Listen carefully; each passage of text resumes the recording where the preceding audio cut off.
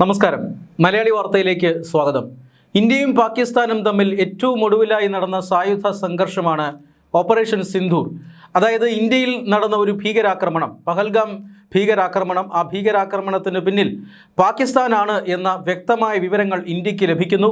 അതിന് മറുപടിയായി ഇന്ത്യ ഒരു സൈനിക നടപടി നടത്തുന്നു. അതാണ് ഓപ്പറേഷൻ സിന്ദൂർ. ഈ ഓപ്പറേഷൻ സിന്ദൂർ ആദ്യം പാകിസ്ഥാനിലെ ഭീകര കേന്ദ്രങ്ങളെയാണ് ലക്ഷ്യമിട്ടതെങ്കിൽ പാകിസ്ഥാൻ അതിന് പ്രതികരണം നടത്തിയതോടുകൂടി പാകിസ്ഥാൻ്റെ സേനാ കേന്ദ്രങ്ങളെയും മറ്റും ഇന്ത്യ ആക്രമിക്കുന്നു. ഏറ്റവും ഒടുവിലായി പാകിസ്ഥാൻ വെടിനിർത്തൽ ആവശ്യപ്പെടുന്നു. ഇന്ത്യ അത് അംഗീകരിക്കുന്നു. അങ്ങനെ 4 ദിവസം നീണ്ടുനിന്ന ഒരു സംഘർഷത്തിനൊടുവിൽ ആ യുദ്ധം അല്ലെങ്കിൽ ആ സംഘർഷം അവിടെ അവസാനിക്കുകയായിരുന്നു. എന്നാൽ വീണ്ടും ഇന്ത്യയും പാകിസ്ഥാനും തമ്മിൽ മറ്റൊരു സംഘർഷത്തിന് തുടക്കം കുറിക്കുകയാണോ? ഇന്ത്യയും പാകിസ്ഥാനും മറ്റൊരു വലിയ യുദ്ധത്തിൻ്റെ വക്കിലാണോ എന്ന ചോദ്യം. കാരണം പശ്ചിമേഷ്യൻ സംഘർഷം ഏതാണ്ട് അവസാനത്തോട് അടുക്കുന്നു. അത് കഴിഞ്ഞാൽ ഉടൻ ഇന്ത്യയും പാകിസ്ഥാനും തമ്മിലുള്ള യുദ്ധമാണോ എന്ന ചോദ്യമാണ് ഇപ്പോൾ പല വിദഗ്ധരും, പ്രതിരോധ വിദഗ്ധരും ചർച്ച ചെയ്യുന്നത്. അതിനൊരു കാരണമുണ്ട്. അത് മറ്റൊന്നുമല്ല, 1971 ഇന്ത്യ പാകിസ്ഥാൻ യുദ്ധ സമയത്ത് പാകിസ്ഥാൻ്റെ ഒരു അന്തർവാഹിനി, അതായത് പാകിസ്ഥാൻ്റെ ഹങ്കോർ എന്ന് പറയുന്ന അന്തർവാഹിനി ഇന്ത്യയുടെ പടക്കപ്പലായ INS ഖുക്രിയെ ആക്രമിക്കുകയും ഈ INS ഖുക്രിയെ കടലിലേക്ക് മുക്കുകയും ഒക്കെ ചെയ്തിരുന്നു. അത് പാകിസ്ഥാൻ ഏറെ ആഘോഷിച്ച ഒരു ആക്രമണം കൂടിയാണ്. ഇന്ത്യൻ പടക്കപ്പലിന് നേരെ പാകിസ്ഥാൻ അന്തർവാഹിനിയുടെ ആക്രമണം. ആ ആക്രമണത്തിൽ ഇന്ത്യൻ പടക്കപ്പലിൽ തകരുന്നു. ഏതാണ്ട് 178ഓളം വരുന്ന ഇന്ത്യൻ നാവികസേന ഭടന്മാർ ആ ഒരു ആക്രമണത്തിൽ കൊല്ലപ്പെടുന്ന സാഹചര്യമൊക്കെയുണ്ടായി. പക്ഷേ ഇങ്ങനെ ഒരു ആക്രമണം നടന്നിട്ടും 1971 യുദ്ധം വിജയിക്കാൻ പാകിസ്ഥാന് സാധിച്ചില്ല. കരയിലും കടലിലും അതുപോലെ തന്നെ ആകാശത്തും ശക്തമായ പ്രഹരമാണ് ഇന്ത്യ അന്ന് പാകിസ്ഥാനെ ഏൽപ്പിച്ചത്. ആ യുദ്ധത്തിൽ പാകിസ്ഥാൻ സമ്പൂർണ്ണമായി പരാജയപ്പെട്ടു. പാകിസ്ഥാന് അന്നുണ്ടായിരുന്നതിൻ്റെ ഏതാണ്ട് പകുതിയോളം ടെറിട്ടറി നഷ്ടമാകുന്നു. ബംഗ്ലാദേശ് എന്ന് പറയുന്ന ഒരു പുതിയ രാജ്യം ഉടലെടുക്കുന്നു. പാകിസ്ഥാൻ നേവി ഈ ബേ ഓഫ് ബംഗാളിലടക്കം, അതായത് ബംഗാൾ ഉൾക്കടലിലടക്കം കിടന്ന് വിരകിയിരുന്ന പാകിസ്ഥാൻ നേവിയെ, പാകിസ്ഥാൻ നാവികസേനയെ വടക്കൻ അറബിക്കടലിലേക്ക് റെസ്ട്രിക്റ്റ് ചെയ്ത് നിർത്താൻ പിന്നീട് ഇന്ത്യക്കായി. 1971 യുദ്ധത്തിന് ശേഷം വടക്കൻ അറബിക്കടൽ വിട്ട് ഇങ്ങോട്ടേക്ക് ബംഗാൾ ഉൾക്കടലിലേക്ക് വരാൻ പാകിസ്ഥാൻ ഇതുവരെ ധൈര്യം കാട്ടിയിരുന്നില്ല. അങ്ങനെ ഒരു പാഠം പാകിസ്ഥാനെ പഠിപ്പിച്ച ഒരു യുദ്ധമായിരുന്നു 1971 യുദ്ധം. പക്ഷേ 1971 യുദ്ധത്തിൻ്റെ തുടക്കത്തിൽ ഇന്ത്യയുടെ പടക്കപ്പലിനെ തകർത്ത് കളഞ്ഞ പാകിസ്ഥാൻ അന്തർവാഹിനിയുടെ പേരാണ് ഹങ്കോർ. ഇന്നിപ്പോൾ പാകിസ്ഥാന് വേണ്ടി ചൈന അന്തർവാഹിനികൾ നിർമ്മിച്ച് നൽകുന്നുണ്ട്. ആ അന്തർവാഹിനികൾക്ക് പാകിസ്ഥാൻ ഇട്ടിരിക്കുന്ന പഴയ പേരാണ് ഹങ്കോർ എന്നത്. ആ അന്തർവാഹിനികൾക്ക് പാകിസ്ഥാൻ ആ പഴയ പേരാണ് നൽകിയിരിക്കുന്നത്, അതായത് ഹങ്കോർ. 8 അന്തർവാഹിനികളാണ് പാകിസ്ഥാന് വേണ്ടി ചൈന നിർമ്മിച്ചുകൊണ്ടിരിക്കുന്നത്. അതിൽ ആദ്യത്തെ അന്തർവാഹിനി ഇതിനോടകം തന്നെ പാകിസ്ഥാൻ്റെ സേനയുടെ ഭാഗമായി കഴിഞ്ഞിരിക്കുന്നു. ഹങ്കോർ, ആദ്യത്തെ ഹങ്കോർ ചൈനയിൽ ഏപ്രിൽ മാസത്തിലാണ് കമ്മീഷൻ ചെയ്തത്. അവിടെ നിന്ന് നേരെ കറാച്ചിയിലേക്ക് ഈ അന്തർവാഹിനി പോകുന്ന വഴിയിൽ പാകിസ്ഥാൻ ഒരു പ്രകോപനം സൃഷ്ടിച്ചു. അത് മറ്റൊന്നുമല്ല, ഇത് കറാച്ചിയിലേക്ക് പോകുന്നത് വഴി ആദ്യമായി ഹങ്കോർ അന്തർവാഹിനിയെ ശ്രീലങ്കൻ തീരത്ത് ഡിപ്ലോയ് ചെയ്യുകയാണ് പാകിസ്ഥാൻ ചെയ്തത്. ശ്രീലങ്കൻ തീരത്ത് ഒരു 4 ദിവസത്തെ പ്രത്യേക ദൗത്യത്തിനായി പാകിസ്ഥാൻ പടക്കപ്പലുകൾ എത്തിയിരുന്നു. ആ കപ്പലുകളുടെ കൂട്ടത്തിൽ അന്തർവാഹിനിയെയും പാകിസ്ഥാൻ ചൈനയിൽ നിന്ന് നിർമ്മിച്ചു കൊണ്ടുവരുന്ന ആ പുതിയ അന്തർവാഹിനിയെയും നിയോഗിക്കുകയായിരുന്നു. അത് ഇന്ത്യ കണ്ടെത്തുകയും ഇന്ത്യ അതിനെതിരെ ശക്തമായ എതിർ ഡിപ്ലോയ്മെൻ്റ് ഒക്കെ ചെയ്യുകയും ഒക്കെ ചെയ്തിരുന്നതാണ്. എന്തായാലും 4 ദിവസത്തെ ഗുഡ്വിൽ വിസിറ്റിന് ശേഷം ഈ പടക്കപ്പലുകളും അന്തർവാഹിനിയും എല്ലാം ശ്രീലങ്കൻ തീരത്ത് നിന്ന് മടങ്ങി കറാച്ചിയിലേക്ക് പോയി. അങ്ങനെ കറാച്ചിയിലേക്ക് ഈ ഇന്ത്യയിൽ, അതായത് കൊളംബോയിൽ നങ്കൂരമിട്ടതിന് ശേഷമാണ് കറാച്ചിയിൽ ഹങ്കോറിന് വലിയ സ്വീകരണമൊക്കെ പാകിസ്ഥാൻ നൽകിയത്. അങ്ങനെ ഒരു സ്വീകരണം നൽകാൻ കാരണമുണ്ട്. പഴയ ഹങ്കോറിൻ്റെ ആ ഒരു ആക്രമണ ചരിത്രമൊക്കെ ഓർമ്മിപ്പിച്ചുകൊണ്ടാണ് പാകിസ്ഥാൻ ഹങ്കോറിനെ ഇങ്ങനെ വലിയ രീതിയിൽ വലിയ സ്വീകരണമൊക്കെ നൽകി വരവേറ്റത്. എന്തായാലും കൊളംബോ തീരത്ത് ഹങ്കോറിനെ കൊണ്ടുവരാനായത് പാകിസ്ഥാൻ്റെ ഒരു വലിയ വിജയമായിരുന്നു. പാകിസ്ഥാൻ ഇന്ത്യയെ അങ്ങേയറ്റം പ്രകോപിപ്പിക്കുകയാണ് അതിലൂടെ ചെയ്തത്. കാരണം ഇന്ത്യൻ തീരത്ത് നിന്നും ഏതാണ്ട് 130 നോട്ടിക്കൽ മൈൽ മാത്രം അകലെയാണ് ഈ പറയുന്ന കൊളംബോ തുറമുഖം എന്ന് പറയുന്നത്. അതുകൊണ്ട് തന്നെ അത് ഇന്ത്യയെ സംബന്ധിച്ചിടത്തോളം ഒരു വലിയ സുരക്ഷാ ആശങ്കയായി മാറുകയായിരുന്നു. പക്ഷേ ഇന്ത്യ അതിന് പ്രതിവിധികളൊക്കെ ചെയ്ത് ആ ആശങ്ക മറികടക്കുകയാണ് ഉണ്ടായത്.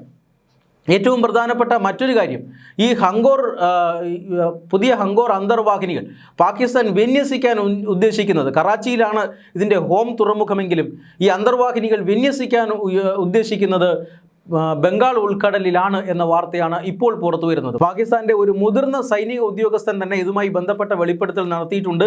വരുന്ന ഹങ്കോറുകളെല്ലാം ഇനി വിന്യസിക്കാൻ പോകുന്നത് ബംഗാൾ ഉൾക്കടലിലാണ്. കാരണം ബംഗാൾ ഉൾക്കടലിൽ പാകിസ്ഥാൻ നാവികസേനയ്ക്ക് നിലവിൽ സാന്നിധ്യമില്ല. അത് ഉണ്ടാക്കിയെടുക്കുക എന്നുള്ളതാണ് പാകിസ്ഥാന്റെ ലക്ഷ്യം. ബംഗാൾ ഉൾക്കടൽ ആരുടെയും വകയല്ല. അവിടെ ഏതാണ്ട് തീരത്ത് നിന്നും 12 കിലോമീറ്റർ 12 നോട്ടിക്കൽ മൈൽ ദൂരം മാത്രമാണ് അതത് രാജ്യങ്ങൾക്ക് അവകാശപ്പെടാൻ കഴിയുക. പിന്നീട് 200 നോട്ടിക്കൽ മൈൽ അകത്തുള്ള ഭാഗങ്ങൾ എക്സിക്യൂട്ടീവ് ഇക്കണോമിക് സോണുകളും മറ്റുമാണ്. അതിനപ്പുറത്തേക്കുള്ള കടലിലേക്ക് ആർക്കും വരാം. ഏത് യുദ്ധക്കപ്പലിനും അവിടെ വന്ന് റോന്ത് ചുറ്റി മടങ്ങിപ്പോകാവുന്നതേ ഉള്ളൂ. പക്ഷേ ബേ ഓഫ് ബംഗാളിൽ പാകിസ്ഥാൻ എത്തണമെങ്കിൽ അതിന് ബംഗ്ലാദേശിൻ്റെ സഹായം വേണം എന്നുള്ളതാണ്. പക്ഷേ അവിടെയാണ് ഏറ്റവും പ്രധാനപ്പെട്ട കാര്യം. നേരത്തെ ബംഗ്ലാദേശ് അതുപോലെ തന്നെ പാകിസ്ഥാനും ശത്രു രാജ്യങ്ങളായിരുന്നു. 1971 ശേഷം ഈ അടുത്ത കാലത്താണ് ബംഗ്ലാദേശിൽ നിന്നും കറാച്ചിയിലേക്ക് ഡയറക്റ്റ് ഫ്ലൈറ്റ് പോലും പോയത്. അത് ഉണ്ടായത് തന്നെ ബംഗ്ലാദേശിൻ്റെ ഒരു നയമാറ്റത്തിൻ്റെ ഭാഗമാണ്. അവിടെ ഷെയ്ഖ് ഹസീന സർക്കാരിനെ പുറത്താക്കുന്നു. അതിനുശേഷം വന്ന ഇടക്കാല സർക്കാർ രാജ്യത്തെ പാകിസ്ഥാനുമായി അടുപ്പിക്കുന്നതിൽ നിർണായകമായ പങ്കാണ് വഹിച്ചത്. മുഹമ്മദ് യൂനസ് 2 തവണയാണ് ഷഹബാസ് ഷെരീഫിനെയും അതുപോലെ തന്നെ അസീം മുനീറിനെയും പോയി കണ്ടത്. ധാക്കയിലേക്ക് പാകിസ്ഥാൻ ഉന്നത സൈനിക ഉദ്യോഗസ്ഥരുടെ സന്ദർശനം ഉണ്ടായിരുന്നു. തിരിച്ച് അങ്ങോട്ടും സൈനിക സഹകരണം ഉണ്ടായിരുന്നു. മാത്രമല്ല ഇരു രാജ്യങ്ങളും തമ്മിലുള്ള വ്യാപാരം, പ്രതിരോധ രംഗത്തടക്കം വർദ്ധിക്കുന്നതെല്ലാം നമ്മൾ കണ്ടതാണ്. ബംഗ്ലാദേശിൽ നിന്നും കറാച്ചിയിലേക്ക് ഡയറക്റ്റ് ഫ്ലൈറ്റ് പറന്നു തുടങ്ങി. ഈ ഫ്ലൈറ്റ് 2 മണിക്കൂർ ഇന്ത്യൻ ആകാശത്തോടു കൂടിയ ആകാശത്തിലൂടെ പോകുന്നത്. ഇങ്ങനെ പ്രകോപനപരമായി 1971 ശേഷം 2 ശത്രു രാജ്യങ്ങളായിരുന്ന പാകിസ്ഥാനും ബംഗ്ലാദേശും പരസ്പരം ഈ അടുത്ത കാലം മുതൽ അടുക്കുന്നതാണ് നമ്മൾ കണ്ടത്. 2025 നവംബർ മാസത്തിൽ ഇപ്പോൾ ശ്രീലങ്കയിൽ നടന്നതുപോലെയുള്ള ഒരു ഗുഡ്വിൽ വിസിറ്റിനായി പാകിസ്ഥാൻ്റെ പടക്കപ്പലുകൾ ബംഗ്ലാദേശ് തീരത്തും നങ്കൂരമിട്ടിരുന്നു. ഇത് 1971 ശേഷം ആദ്യമായിട്ടാണ് പാകിസ്ഥാൻ്റെ പടക്കപ്പലുകൾ ബേ ഓഫ് ബംഗാളിൽ അല്ലെങ്കിൽ ബംഗാൾ ഉൾക്കടലിലേക്ക് എത്തുന്നത്, ബംഗ്ലാദേശിൻ്റെ തീരത്ത് അടുപ്പിക്കുന്നത്. ഇന്ത്യയെ സംബന്ധിച്ചിടത്തോളം ഇതെല്ലാം വലിയ സുരക്ഷാ വെല്ലുവിളികളാണ്. ആ വെല്ലുവിളികൾ ഇന്ന് രാജ്യത്തിന് വിജയകരമായി മറികടക്കാൻ ശേഷിയുണ്ട് എന്നുള്ളത് മാത്രമാണ് ഏക ആശ്വാസം. പക്ഷേ പാകിസ്ഥാൻ ഈ വടക്കൻ അറബിക്കടലിൽ ഒതുങ്ങിയിരുന്ന പാകിസ്ഥാൻ നേവി പതിയെ താഴേക്ക് വരുന്നു. പിന്നീട് ബംഗാൾ ഉൾക്കടലിൽ അവരുടെ ഏറ്റവും പുതിയ അത്യാധുനികമായ അന്തർവാഹിനികൾ വിന്യസിക്കാൻ ഒരുങ്ങുന്നു. ഇത് ചൈന നേരത്തെ സൂചിപ്പിച്ചതുപോലെ പാകിസ്ഥാന് നിർമ്മിച്ച് നൽകിക്കൊണ്ടിരിക്കുന്ന അന്തർവാഹിനികളാണ്. 1 കൈമാറിക്കഴിഞ്ഞു, ഇനി 7 വരാനിരിക്കുന്നു. ഇവയെല്ലാം പ്രത്യേക ആധുനികമായ സാങ്കേതിക വിദ്യകൾ കൊണ്ട് നിർമ്മിക്കപ്പെട്ടിട്ടുള്ള അന്തർവാഹിനികളാണ്. നേരത്തെയുള്ള അഗസ്ത അന്തർവാഹിനികളെ റീപ്ലേസ് ചെയ്യാനായിട്ടാണ് ഈ ഹങ്കോർ അന്തർവാഹിനികൾ എത്തുന്നത്. ഈ അന്തർവാഹിനികൾക്ക് പഴയ ഹങ്കോർ എന്ന പേര് നൽകിയത് തന്നെ ഇന്ത്യയെ ഉദ്ദേശിച്ചാണ്. മാത്രമല്ല ഹങ്കോർ അന്തർവാഹിനിയെ ഇന്ത്യയുടെ തൊട്ടടുത്ത് കൊണ്ടുവന്ന് വിന്യസിച്ചതിന് ശേഷമാണ് പാകിസ്ഥാനിലേക്ക് പോലും കയറ്റിയത്. ഇത് തീർച്ചയായും ഇന്ത്യക്ക് നേരെയുള്ള വലിയ പ്രകോപനമാണ്. ഇനിയിപ്പോൾ ഈ പ്രകോപനത്തിൻ്റെ തുടർച്ച എന്ന നിലയിൽ ബംഗാൾ ഉൾക്കടലിലേക്ക് ഹങ്കോറുകളെ വിന്യസിക്കാനുള്ള ശ്രമവും പാകിസ്ഥാൻ നടത്തുന്നുണ്ട്. ഇതെല്ലാം കയ്യും കെട്ടി ഇന്ത്യ നോക്കിയിരിക്കും എന്ന് വിചാരിക്കേണ്ട. പാകിസ്ഥാൻ്റെ കയ്യിൽ ഈ 1-2 അന്തർവാഹിനികൾ മാത്രമേ എത്തിയിട്ടുള്ളൂ. ഇനിയിപ്പോൾ 6-7 അന്തർവാഹിനികൾ കൂടി വരും എന്നും കേൾക്കുന്നുണ്ട്. പക്ഷേ ഈ അന്തർവാഹിനികളോ അല്ലെങ്കിൽ പാകിസ്ഥാൻ്റെ കയ്യിലുള്ള പാകിസ്ഥാൻ നേവിയുടെ കയ്യിലുള്ള സർവ്വസന്നാഹങ്ങളോ പുറത്തെടുത്താലും ഇന്ത്യൻ നേവിക്ക് മുന്നിൽ പിടിച്ചു നിൽക്കാൻ കഴിയാത്ത ഒരു സാഹചര്യമാണ് പാകിസ്ഥാന് ഉള്ളത്. കാരണം പാകിസ്ഥാൻ്റെ കരസേനയും അതുപോലെ തന്നെ പാകിസ്ഥാൻ്റെ എയർഫോഴ്സിനെയും പോലെയല്ല പാകിസ്ഥാൻ നാവികസേന ഒരല്പം വീക്കാണ് എന്നു മാത്രമല്ല ഇന്ത്യയുടെ കരസേനയും അതുപോലെ തന്നെ ഇന്ത്യയുടെ വ്യോമസേനയും പോലെ തന്നെ ഒരുപക്ഷെ അതിനേക്കാൾ സംഹാര ശക്തി ഇന്നിപ്പോൾ ഇന്ത്യൻ നേവിക്കുണ്ട്. അതുകൊണ്ട് തന്നെയാണ് ഇന്ത്യൻ നേവി കണ്ണുരുട്ടുമ്പോൾ പാകിസ്ഥാൻ മിണ്ടാതിരിക്കുന്നതും അച്ചടക്കം പാലിക്കുന്നതുമെല്ലാം. കറാച്ചിയെ ചുട്ടുകരിക്കാൻ ഇന്ത്യൻ നേവിക്ക് ഞൊടിയിടയിൽ സാധിക്കുമെന്ന് കഴിഞ്ഞ ഏതാനും ദിവസങ്ങൾക്ക് മുമ്പ് ഇന്ത്യൻ നേവി മുന്നറിയിപ്പൊക്കെ നൽകിയിരുന്നതാണ്.